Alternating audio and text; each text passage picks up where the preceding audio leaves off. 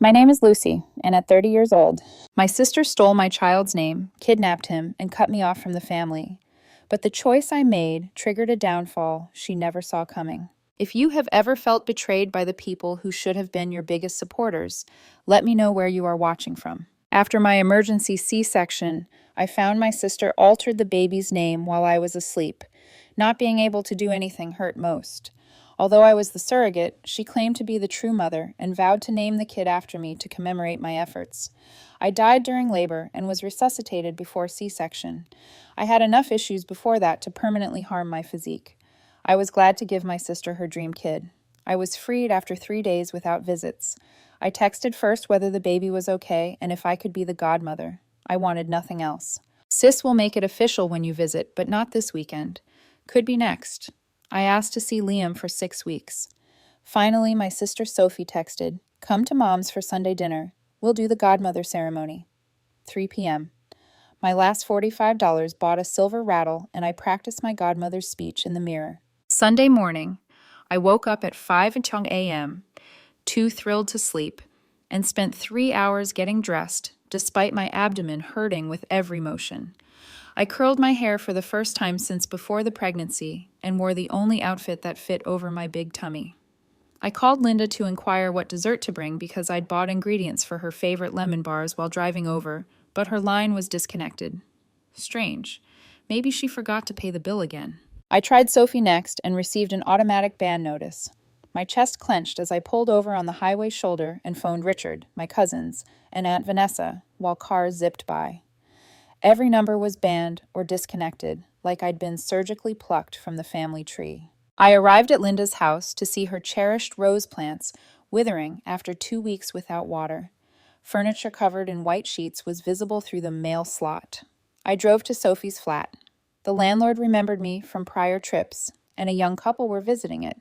"Are you Lucy?" He gave me an envelope with my name and Sophie's handwriting. A $4,500 check and medical bill note were inside. This equals us. Do not contact us. The money bounced 3 days later, and through a false Instagram, I learned they'd moved to Seattle and christened Liam with Linda, holding him and a stranger as his godmother. That night, I saw my scar in the mirror, a lifelong reminder of how my family destroyed me. An insurance investigator contacted me 7 months after I accepted my family's free incubator use. After giving birth, I was billed $500,000, although I had insurance. The insurer did what they do best, looked for reasons not to pay. This call resulted from their inquiry. "We found our review intriguing." She continued, "Your sister had genetic testing done 6 months before the pregnancy, showing positive for factor V lean, but she marked no family history on the fertility clinic forms." My legs gave out. I told her I was unaware of any family medical history. Her tone was grave. "This is fraud. We want the whole sum." I called physicians immediately. Tests helped me find it. Factor V, Lighten, a blood clotting condition made delivering birth fatal. Investigators' words rang in my ear. I immediately understood Sophie knew I would die during childbirth, but didn't care. All she wanted was her kid. I phoned the insurance company again, and they said it was still fraud, but would focus on Sophie. I was too. My pro bono lawyer took my case. Civil and criminal lawsuits were brought. Her insurer sued her for $500,000, while I sued her for attempted murder. Sophie's idyllic Seattle existence collapsed quicker than she could tweet motherhood quotes. Sophie's boyfriend was caught selling narcotics out of their Seattle apartment by child services quickly. I received images of Liam at 11 months old in a filthy onesie with empty bottles on a bare mattress on the floor, and the $1,800 stroller I purchased, them being used to store drug money during the emergency removal. Sophie contacted me for the first time since she disappeared, weeping and unable to talk. "Avoid doing this. This is my son." I cut her off mid-sentence. After 4 months of paperwork, I was called to pick up Liam. With a full heart and an empty car seat, I flew to Seattle. Liam was crying for his mother and writhing in her arms as the social worker pulled him out. I'd felt this gorgeous kid kick inside me for months but never held. He ignored me as another stranger in a lengthy queue. I was determined to claim him. I did for 6 years. I fed, cleaned, and peekabooed. Sophie was repaying the $300,000 court ordered. However, Thursday afternoon's doorbell rang. I opened it and saw Liam with his backpack crying as he held printed images asking, "Why did you lie to me?" He should have been in school, so I froze. "Open," the fence woman said. "You snatched my actual mom." I glanced at him, unsure what to say, but knowing my sister was back. When I reached for Liam's shaking photographs, I saw his backpack strap was ripped and hanging free. He had fresh red scratches on both arms like he'd been grabbed and dragged. I felt my heart pound when I saw photographs of Sophie holding Liam in a wonderful apartment. Everything was trimmed nicely to cover the police picture dirt. I knelt and tried to grab them, but Liam pulled back, his face contorted with perplexity and wrath I'd never seen before. "That lady hurt you?" I said, but he pushed away tighter, demanding to know why I snatched him from his actual mom. My hands were dialing the school, while Liam remained transfixed at our doorway, his sneakers still muddy from where she took him. The secretary answered on the third ring, and I inquired why Liam was fired early without calling me. She paused, then apologized, saying Jessica Brown, his aunt, had arrived with court documents and ID. As she had waited outside the playground fence for weeks and Liam had waved at her before, they believed it was all right. My legs became limp as I hung up and called 911, reporting that my sister had abducted Liam from school with bogus identification. The operator listened, then informed me this was a civil matter for family court, because Sophie was Liam's biological mother and he wasn't hurt. 2 hours later, Liam sat at our kitchen table with his mac and cheese going cold as I took pictures of his arm, scratches, and marks with my phone. He continued asking me why I lied, stole him from his actual mom, and never told him. Each inquiry seemed like a dagger cutting deeper as I tried to explain to a 7-year-old. I lay on the floor outside his bedroom door that night, listening to him scream himself to sleep, my C-section scar hot with stress ache. I searched for Jessica Lane on my laptop, but only got a 2-week-old Facebook profile with no friends and images of Sophie at different ages. The next morning, I kept Liam home and contacted Matthew Scott, my custody lawyer, 6 years earlier. When he answered on the second ring, I recounted how Sophie had contacted him despite the restraining order.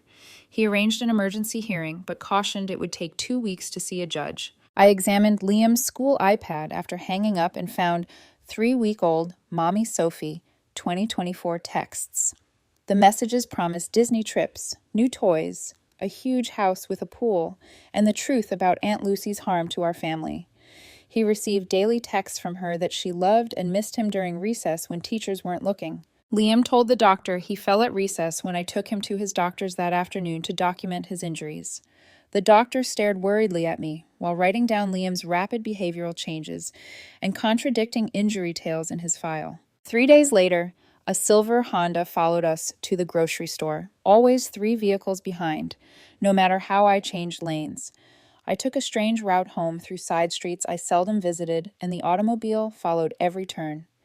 As I entered the police station parking lot, the Honda drove past without stopping. But I knew this was only the beginning. Matthew sent a stack of documents to my flat the next morning and informed me we needed to submit an emergency motion.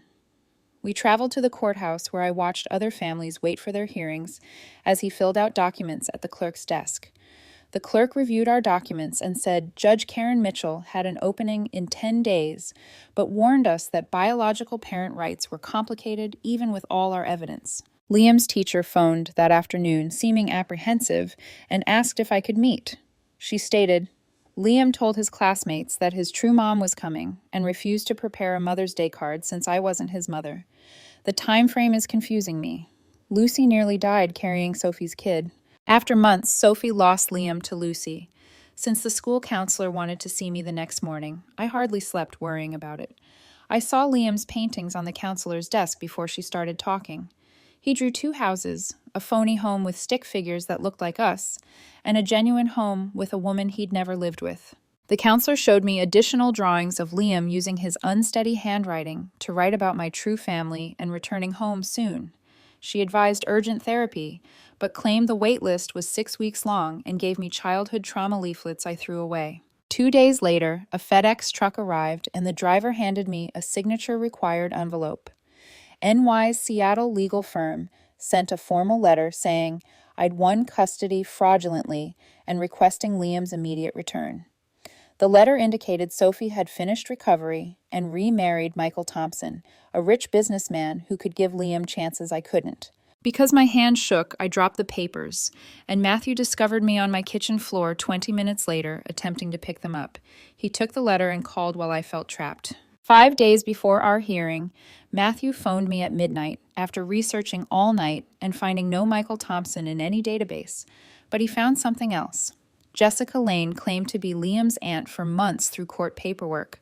The whole affair was planned and executed with false addresses and phone numbers that looked real. Liam was packed with his favorite toys into his rucksack that night. He replied he was preparing for his real house when I asked. I held him on his bed while he told me the fence woman promised him a puppy and a room with a TV and video games. He told me she said I was monitoring him, but now he needed to go home.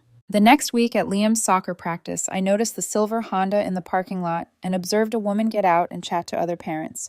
She introduced herself as Liam's aunt and said she was worried about my mental health after the traumatic birth. Several parents looked at me differently.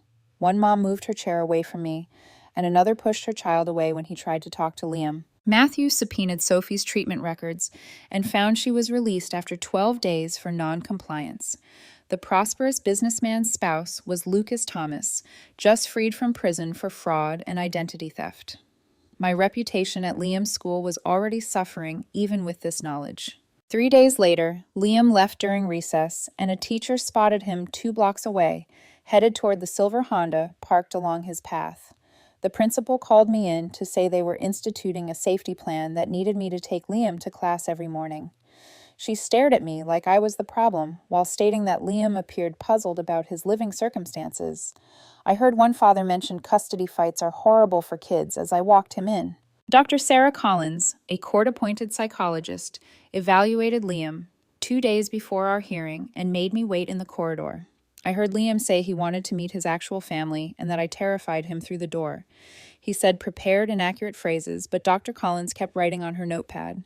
She walked out without looking at me and said her report was ready for the judge. As I tucked Liam in that night, I noticed his blanket was lumpy around his pillow. Lifting it revealed a cheap, prepaid phone with a flashing screen. I snatched it up with shaking hands and noticed dozens of calls to a Seattle number, some lasting over an hour when I thought he was asleep. After scrolling through the texts from the 20-minute call, I noticed Sophie assuring him I wasn't his true mom and that she was going to save him. I returned the phone and proceeded to my room, feeling like the floor could collapse. I informed Matthew about the phone the next morning, but he claimed we couldn't do anything without proof Sophie sent it. 3 days before the hearing, I was cooking lunch when the doorbell rang and Sophie and a stranger appeared through the peephole. Sophie yelled to see her son as I opened the door a little. Sophie shouted loudly enough for all the neighbors to hear that I was keeping a mother from her kid, as Jessica, her neighbor, held up her phone to capture everything. Sophie pushed her foot in the door and yelled about how I snatched her kid as other neighbors came out with their phones to capture the spectacle. The cops arrived after I closed the door, but Sophie and Jessica were gone, and the harm was done. Matthew came over that afternoon to prepare me for court, grimacing when he said Judge Karen Mitchell favored biological parents.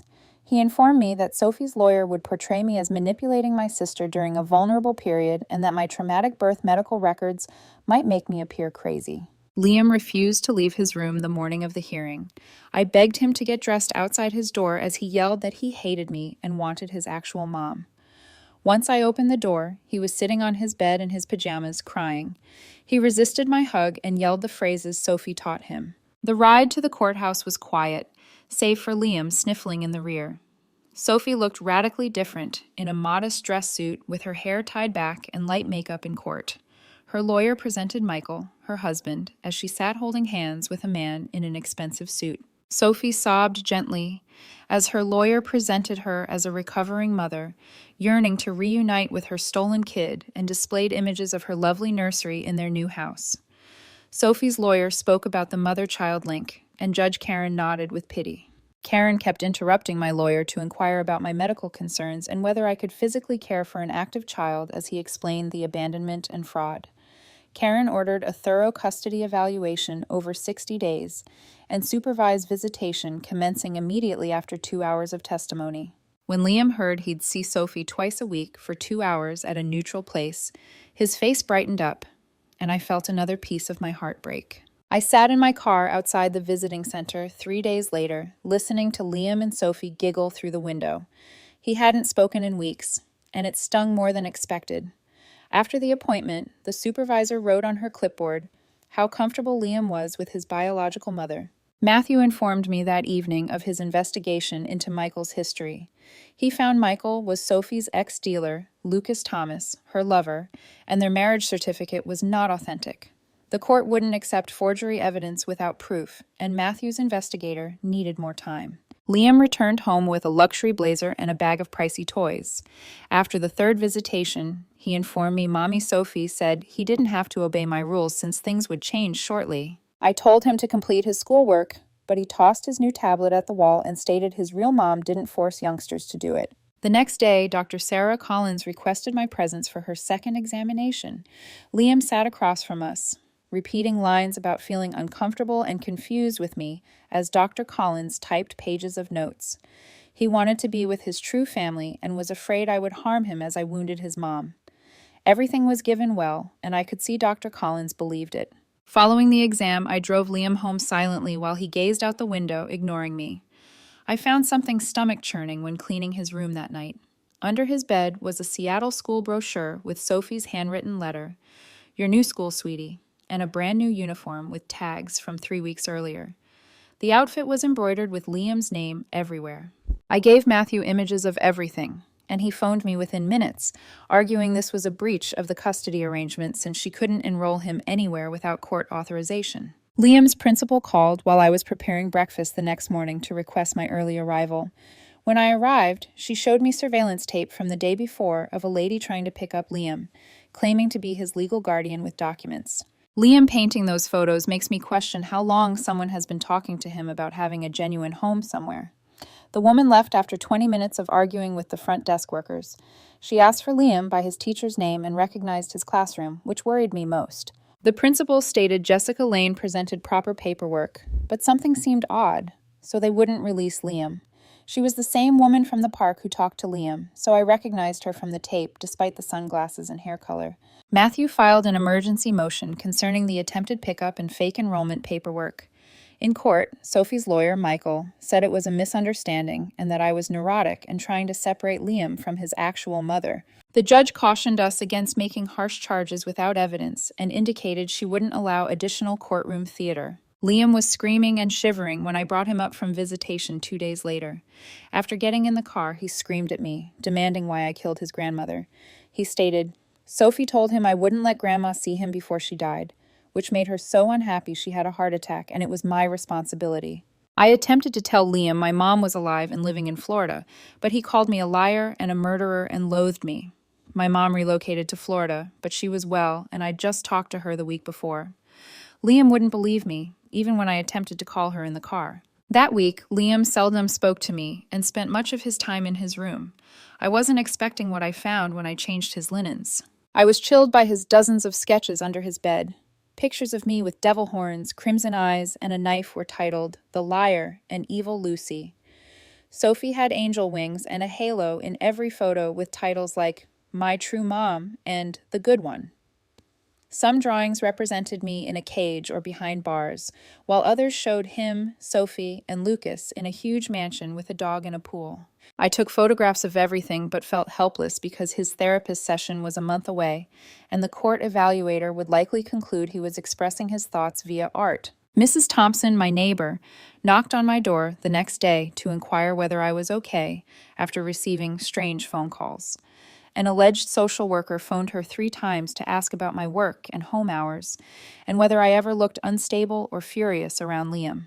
The caller inquired whether she'd ever heard shouting from our apartment, seen me drink or bring strange guys home, and seen Liam hungry or unclean. Mrs. Thompson said she told them I was a great mother, but the calls were awkward, so she warned me. I thanked her and contacted Matthew, who stated his investigator had found something major about Jessica. Jessica Lane was Lucas Thomas's sister, Clara Lawson, who'd been released from jail 6 months earlier for identity theft and fraud. Before her prison sentence, the investigator acquired Lucas's social media images of her. Once you noticed, the likeness was clear. She vanished when they tried to serve her papers at the school location she gave. Sophie said she had never heard of Clara Lawson or Jessica when Matthew asked her about it in court. No charges were allowed without proof of linkage. The judge said they were together at the park, so I knew Sophie was lying. Dr. Sarah Collins contacted a few days later to request my medical records from Liam's delivery, including my death and resuscitation during the emergency C-section. She said it was regular, but her voice told me otherwise. I saw what Sophie was doing then. She planned to use my near-death experience to say I had PTSD or brain damage and was unqualified to watch Liam. Matt confirmed my thoughts by saying Sophie's lawyer had filed a demand for a comprehensive psychiatric examination based on my traumatic delivery. I watched all my phone footage from when Liam first moved in that night since I couldn't sleep. Just 11 months old, he was crying in horror as I tried to hold him, trusting me incrementally over weeks and months. Videos include his first steps in my living room, his first word, no, and his first time holding him without weeping, which took 3 months. I wrote a long letter to the judge about how I'd been up all night with him through nightmares and feeding troubles, and how he'd been neglected and couldn't sit up at over a year old. I wrote about the therapy visits, specific exercises, and how his grin after 4 months made everything worth it. I had to attempt even if the letter might never be read.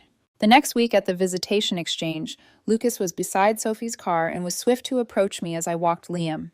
He knocked me down, and my knee hit the concrete so hard I saw stars. He instantly went down to help me and apologized profusely for being clumsy, not seeing me. "Are you okay? Do you require aid?" he asked. Other parents watched, and some seemed concerned, but Lucas's helpfulness and apologies made it look like an accident. As he helped me up, he murmured that this was nothing compared to what would happen if I didn't give up Liam.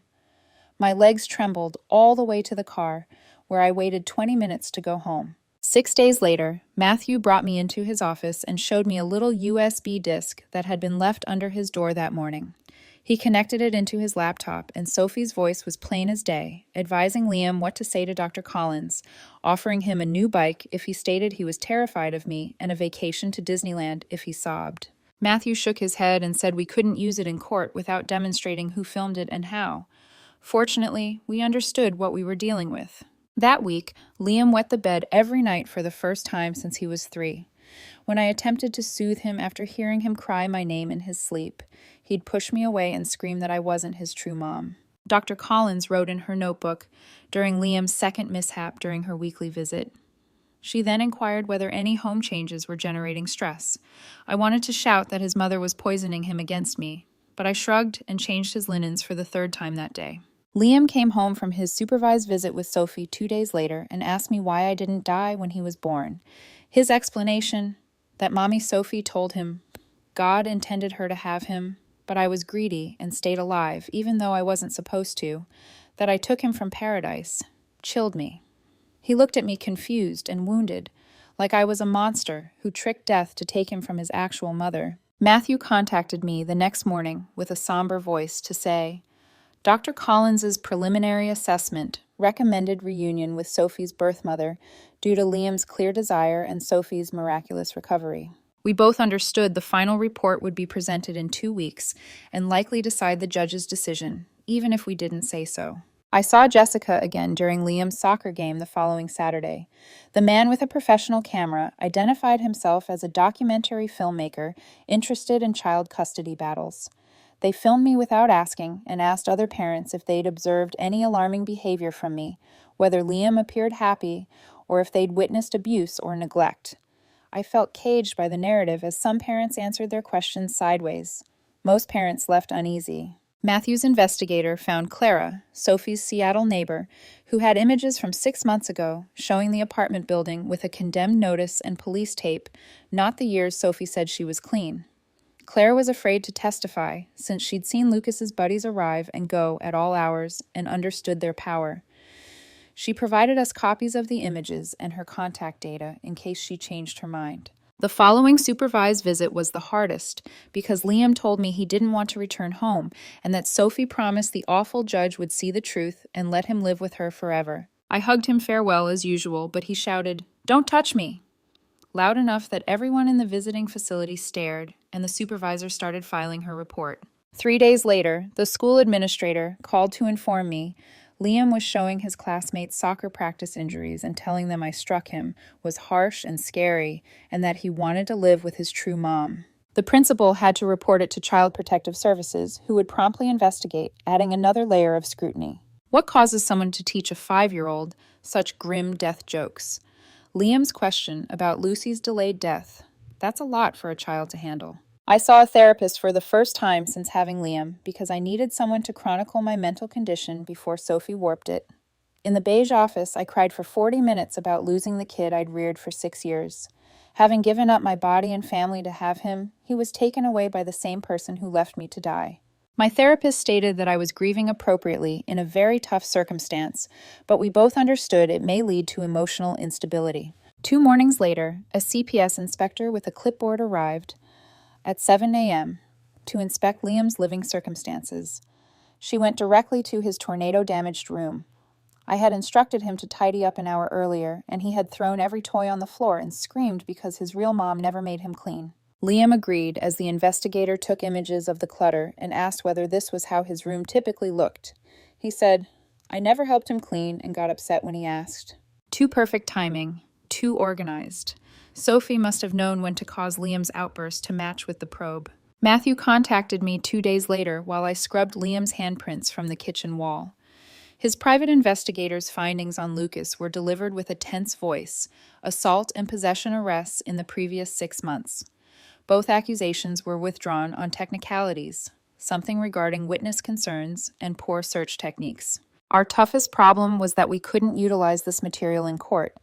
Matthew emphasized that family court would not admit continuous criminal histories without a conviction. I cracked my phone screen by throwing it against the wall. Liam scarcely spoke to me the next week except to ask when he'd see Mommy Sophie again. I received Dr. Collins's report by email at work. Reading that in the bathroom stall made my hands shake as each syllable hurt deeper. She suggested gradual transfer to the biological mother's custody due to Liam's desire for my possessive relationship. The sentences blurred as tears fell on my phone.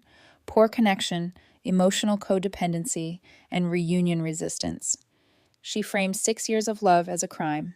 I left work early after vomiting in the toilet. Matthew tried to persuade the Seattle neighbor to testify about Sophie's apartment sites. She agreed to a video deposition after weeks of persuasion. I saw her describe the drug trades and neglect from Matthew's office.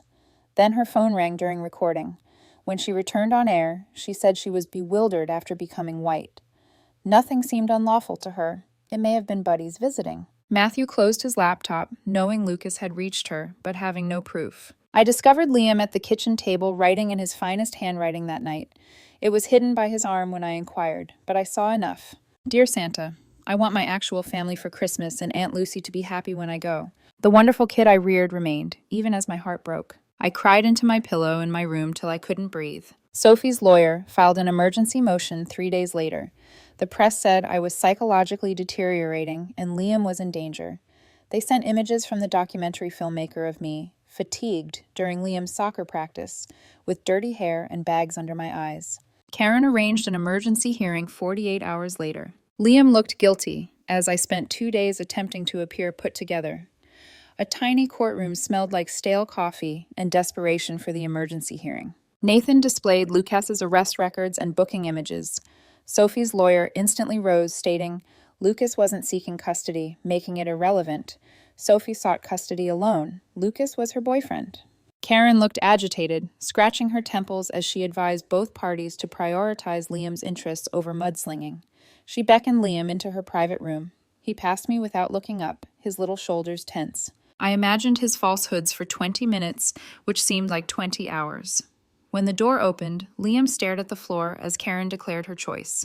She ordered Sophie nightly visits until the final hearing next week. My lawyer grabbed my hand to stop me from sobbing. Friday marked the first overnight stay. Thursday night, Liam neatly folded his favorite Pokemon jersey and tucked Dinosaur inside his backpack. He glanced at me while zipping it and said, Mommy told him he didn't have to come back if he didn't want to. I helped him pack his toothbrush, knowing I would never see them again. He embraced me quickly and lightly at the door, perhaps practicing letting go. His return was different Saturday afternoon. His left eye was bruised purple and green, which I noticed instantly. He stated he fell off a bike before I asked. My hands shook as I snapped phone images of the damage. When I contacted Matthew to report it, Liam screamed, "I lied!" He stated, "I punched him because I was upset about the visits and bruised him." He uttered the scripted, mechanical words loud enough for Matthew to hear over the phone. I realized Sophie had taught him what to say if he was harmed. Matthew phoned me 3 days later with forensic accountant news. The person spent hours searching bank data and determined that Sophie hadn't paid me the $300,000 court judgment from 6 years ago. Instead, she concealed money in bogus accounts using Clara's stolen identities from their dealings. Financial offenses were distinct from custody difficulties. Therefore, Matthew thought the judge wouldn't care. 2 days before the final hearing, CPS completed their investigation. The social worker contacted to say they found no proof I harmed Liam, but the custody arrangement was affecting him. Their official advice was impartial, benefiting neither party. They chronicled Liam's mental decline daily, how he went from cheerful kid to quiet. I was at work when Liam's teacher called the next morning. She reported finding $200 in his backpack after a normal check. Liam said his mother gave him money for good behavior during visits. The school reported it to CPS as grooming behavior, but the instructor stated it was too late to affect the hearing tomorrow. Liam entered my room while I packed court paperwork that night. He got on my bed and asked whether I'd still love him if he lived with Sophie. I assured him I'd always adore him. For the first time in weeks, he cried and grabbed me like a child. After pulling away and wiping his face, he said Sophie instructed him not to cry because it made him weak. The next morning, we drove silently to court. Sophie's lawyer went out first in court and described a reformed mother who had lost her child to a sister who played God. He displayed supervised visit recordings of Liam laughing and playing with Sophie. He then showed me images of Liam crying in my house, carefully chosen to make me appear awful. The USB recordings from the concealed camera were delivered by Matthew next. A tech expert said Sophie coached Liam on what to say, but Sophie's counsel said it was merely a mother helping her kid express his thoughts. Judge Karen sat skeptical of both sides. Next, Dr. Sarah Collins said that Liam demonstrated a legion struggle between two households. He needed stability. Therefore, she suggested Sophie because of their biological tie and Liam's request. I sat there watching my 6 years as his genuine mother be reduced to meaningless technical jargon. When called to testify, I recounted almost dying at delivery. Sophie knew about the Factor V, Lighten, that killed my pregnancy. She left us after Liam was born, cutting all communication and moving to Seattle. However, Sophie's lawyer twisted everything during cross-examination. He made me seem unhappy about my health and envious that Sophie might have kids. Last to testify was Liam. He stood in his small suit and delivered a speech that wasn't him. While loving his aunt, he wished to live with his own mother. Sophie had practiced every phrase with him 100 times, yet it was meticulously prepared to sound mature and intelligent. Matthew concluded by arguing about manipulation, desertion, and child endangerment. Sophie's lawyer defended maternal rights and redemption, arguing that all parents deserve a second shot. Judge Karen requested a quick break to decide. I saw Sophie hugging Liam like she'd won as we left the courthouse. After Liam's tantrum, that CPS visit was too perfect for luck. How did Sophie know when to provoke him? In the restroom, 20 minutes into recess, I discovered Liam sitting on the floor beside the sinks with his knees to his chest. He looked up to see his crimson, tearful face and quivering shoulders. He took my hand and held me close, mumbling that Lucas terrified him. But Mommy Sophie said he was good now. For a moment, the Liam I'd raised for 6 years urged me to stop, but suddenly his body stiffened and he jerked his hand away, scurrying backwards, and shook his head, insisting he didn't mean it. Not his intent. Don't tell. Matthew arrived 5 minutes later, phone at ear and face white as paper. He held up one finger to get me to wait while the other person talked. I saw his eyes widen with each syllable. After hanging up, he grabbed my elbow and took me into the hallway, checked his watch before telling me that Lucas's sister, Clara, who'd been assisting them, was jailed in California for identity fraud. She was in jail offering to reveal Sophie and Lucas's plan for a bargain, but court resumed after 3 minutes. When we returned to the courtroom, Judge Karen was already seated, and Matthew stepped up to beg permission to approach the bench. Karen was upset but waved him forward with Sophie's lawyer, and I observed them have a furious dispute with hand gestures. Karen's scowl deepened as Sophie's lawyer shook his head and Matthew pointed at his phone. Finally, she called us to order and stated Matthew had sought a continuance to present additional evidence. She was upset by the delays and would only consider it with remarkable proof. Matthew detailed Clara's detention and readiness to testify about the entire plot, saying she had paperwork and recordings that proved everything. Karen reclined in her chair for a long time before grudgingly approving 72 hours and warned that this was the final postponement she would accept. That night, while cooking leftover spaghetti, I heard a hammering on my front door that rattled the frame. Through the peephole, Sophie's face was contorted in anger. Before I could retreat, she started yelling that I wrecked everything and was a jealous witch who couldn't see her happy. While she kicked the door and shrieked, she said she'd make Liam hate me forever by telling him I took him and lied to him his whole life. I recorded on my phone because I heard sirens growing closer. My neighbor, Mrs. Thompson, must have phoned the police as Sophie kept shouting about how I would pay for this. The video captured her stating she understood how to hurt me most, and that Liam would never forgive me when she was done with him. I handed 2 cops the footage and restraining order on my phone, and they cuffed Sophie on my front porch as she shouted about her rights. By midnight, she was released on bond. Her lawyer called Matthew to explain the arrest was a misunderstanding and wouldn't affect custody. Matthew stated it didn't matter because the arrest report indicating her erratic conduct when cornered was in court. Lucas disappeared altogether. His phone was unplugged and his flat unoccupied. When Matthew's investigator arrived, Matthew invited me to his office to study Clara's deposition. The next morning, she gave them everything, including images of fake documents, recordings of coaching sessions where they told Liam what to say, and proof that Lucas was still distributing drugs and paying Sophie's lawyer. The worst aspect was Sophie's drunken laughter about not wanting to raise Liam 2 weeks before. She intended to punish me for kidnapping him. He made her think of all she'd lost, and she couldn't tolerate him. Making me suffer was worth appearing to be a wonderful mother. Clara filmed everything because she was weary of being drawn into their mess and wanted insurance in case they turned on her. A court-appointed guardian, retired teacher Mrs. Patterson, skilled in instances like these, was caring for Liam. Liam finally felt secure telling the truth without Sophie and Lucas watching. Mrs. Patterson contacted Matthew to tell that Liam had broken down over lunch and told her everything about Lucas slapping him when he missed his lines, Sophie shouting at him during visits when he didn't seem cheerful, and being confined in his room when he sobbed for me. He repeatedly wrote, "I want to go home," on pages with drawings of our former house. I saw Liam at the courts 3 days later under social worker supervision. After seeing me, he went into my arms crying and apologizing, saying Sophie told him I'd go to jail if he said the wrong things in court. He apologized repeatedly. The man was apologetic. He didn't mean it. He wanted me to stay out of trouble. He showed me bruises on his arms from Lucas's hold and told how they had him practice his testimony every night for weeks. Sophie had used his love for me against us by promising to help him find his actual family if he loved me. Judge Karen's face was stone as she evaluated the fresh evidence when court resumed. They brought Sophie to the stand and asked her if Clara had instructed Liam to lie in court. Sophie began calmly, calling Clara a criminal who would say anything to avoid jail. Something snapped when Karen listened to Sophie's audio, claiming she didn't want Liam. Sophie sprung up, yelling about motherhood rights. Liam was hers by blood and could not be taken. The system was stacked against her. It took 2 bailiffs to pull her back into her seat after she shouted that I was a barren witch who stole her kid. Karen immediately demanded a psychological assessment of Sophie, not Liam, due to her concerns about her mental health and parenting capacity.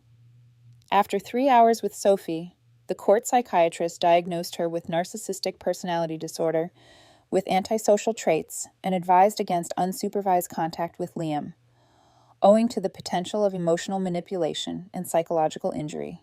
2 days later, Matthew contacted me at work to tell me Lucas had been detained, trying to enter Canada with 2 kilos of cocaine and 3 unlicensed firearms in his trunk. Border inspectors uncovered phony passports, and Lucas's photograph didn't match Sophie's successful boyfriend from court. When Matthew told Sophie about Lucas's arrest at our next hearing, she sprang up so fast her chair flipped over and screamed at her lawyer. She dismissed him in front of everyone and told the court she would defend herself since everyone was plotting against her. Karen gave her 3 days to prepare her case. However, Sophie returned with a stack of old printed emails and texts. She brandished them around, saying they proved I coerced her to accept Liam and tricked her into using me as a surrogate. She accused Karen of collecting insurance company kickbacks and Matthew of sleeping with me. 2 court officials approached her when she shouted that I indoctrinated Liam and would testify that I beat him. She ran across the aisle at me, yelling about the money I owed her for rearing Liam for 11 months on seeing them.